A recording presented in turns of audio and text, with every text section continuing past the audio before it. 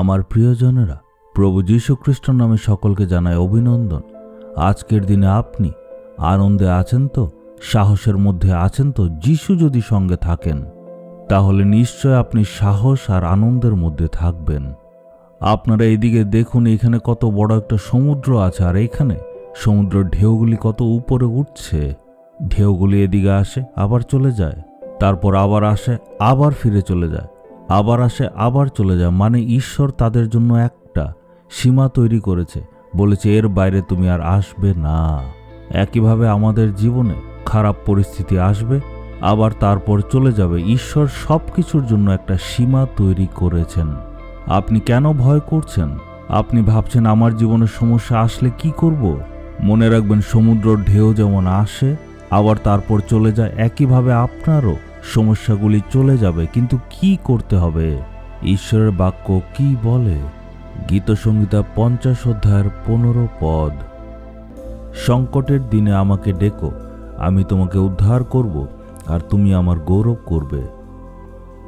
সংকটের সময় এসছে, আপনি ভাবছেন এখন আমি কি করব? সব দিক থেকে অত্যাচার তাড়না চলছে। ঈশ্বর বলছেন আমাকে ডাকো, আমি কি তোমার জন্য নেই? তুমি স্বর্গের দিকে তাকাও। ঈশ্বর বলছেন সংকটের সময় তুমি আমাকে ডাকো, আর আমি তোমায় উদ্ধার করব। যিশুর নামে আপনি ডাকবেন, আর তখন ঈশ্বর আপনার প্রার্থনা শুনে উত্তর দেবেন, নিশ্চয় দেবেন। অনেক বছর আগের কথা, আমি ঝাড়খণ্ডের রাঞ্চি নামক একটা শহরে প্রচার করতে একটা সভাতে গিয়েছিলাম। সেইখানে একজন বয়স্ক ভদ্রলোক আমাকে সেখানে প্রার্থনা করার জন্য বললেন। ওনার নামটা ছিল হিন্দু ভক্তদের মতো। আমি ভাবলাম খ্রিস্টীয় বিশ্বাসীরা এমন ধরনের নাম তো রাখে না। কিন্তু যখন আমি ওনার প্রার্থনা শুনলাম, আমি দেখলাম এত সুন্দরভাবে উনি প্রার্থনা করছে। ওনার নাম তো অন্য ধর্মের লোকেদের মতো, কিন্তু প্রার্থনা সুন্দর। যখন আমাকে উনি খাওয়ার জন্য নিয়ে গেলে, তখন আমি জিজ্ঞেস করলাম আপনার নাম তো অন্যরকম, কিন্তু প্রার্থনা সুন্দর। আর তখন তিনি আমায় বললেন আমি একটা ব্রাহ্মণ পরিবার থেকে এসেছি, আমি এখানে তামিলনাড়ু থেকে এসেছি। ছোটবেলা থেকে আমি অনেক ধর্মের নিয়মের মধ্যে ছিলাম, কিন্তু যখন আমি যুবক হলাম আমার মনে অনেক প্রশ্ন ছিল, অনেককে জিজ্ঞেস করলাম, কিন্তু কেউ আমাকে সঠিক উত্তর দিতে পারল না। আমি নাস্তিক হয়ে গেলাম। আমি ঈশ্বরের উপর বিশ্বাস করতাম না।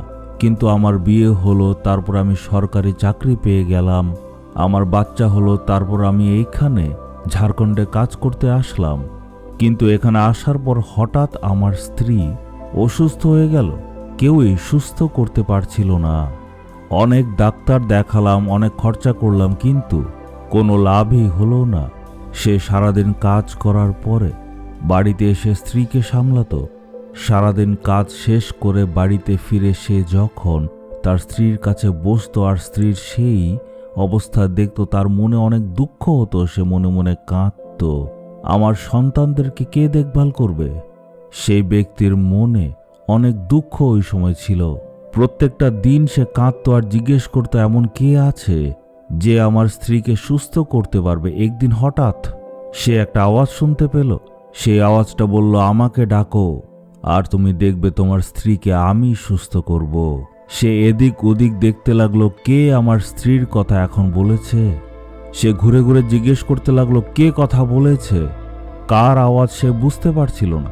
কিন্তু তখন সেই আওয়াজ আবার বলে উঠল, আমি হচ্ছি প্রভু যীশু খ্রিস্ট, তুমি আমাকে ডাকো, আমার নাম নিয়ে তুমি ডাকো, আমি তোমার স্ত্রীকে সুস্থ করব। আর সেই দিন যে সে ঈশ্বরের আওয়াজ শুনল, সেই আওয়াজটা তার হৃদয়কে পাল্টে দিল। তার অসুস্থ স্ত্রীর সামনে সে হাঁটু গেড়ে প্রার্থনা করল, প্রভু যিশুর নামে বলল, হে প্রভু যিশু, আপনি আমার স্ত্রীকে সুস্থ করে দিন দয়া করে। সেই মুহূর্তেই প্রভু যীশু খ্রিস্ট শক্তি সেইখানে নেমে আসলো, আর তার স্ত্রী সুস্থ হয়ে গেল। সেই ভাই আমাকে বলল, দেখুন আমার স্ত্রী এখনো সুস্থ আছে। সে বলল, আমি সত্যি ঈশ্বরের খোঁজে এদিক ওদিক দৌড়াচ্ছিলাম, কিন্তু ঈশ্বর নিজে এসে আমাকে খুঁজলেন। আমি বাইবেল পড়লাম আর প্রভু যিশুকে বিশ্বাস করলাম, ওনাকে ত্রাণকর্তা হিসেবে গ্রহণ করলাম। এখন আমি প্রভু যিশুর সেবা কাজ করছি। সে আনন্দের সহিত বলল, একইভাবে ঈশ্বর আজকে আপনাকেও বলছেন, হে আমার ছেলে, হে আমার মেয়ে, তুমি আমার নামকে ডাকো, আমি সাহায্য করব। আজকে কি আপনি স্বর্গের দিকে তাকাবেন আর ডাকবেন? আপনি কি সংকটের মধ্যে, বিপদের মধ্যে আছেন? আপনার কিছু অভাব রয়েছে, বাচ্চার জীবনে আশীর্বাদ দরকার, বা আপনার নিজের কিছু চাই, তাহলে আপনি ঈশ্বরকে ডেকে বলুন, প্রভু, একমাত্র আপনি আমার জীবনে আশ্চর্য কাজ করতে পারেন। হে প্রভু যিশু, আমার সকল সমস্যা দূর করে দিন। আমি আপনাকে ডাকছি, আপনি আমায় সাহায্য করুন। এই প্রার্থনা প্রভু যিশুর নামে চাইলাম। Amen, amen.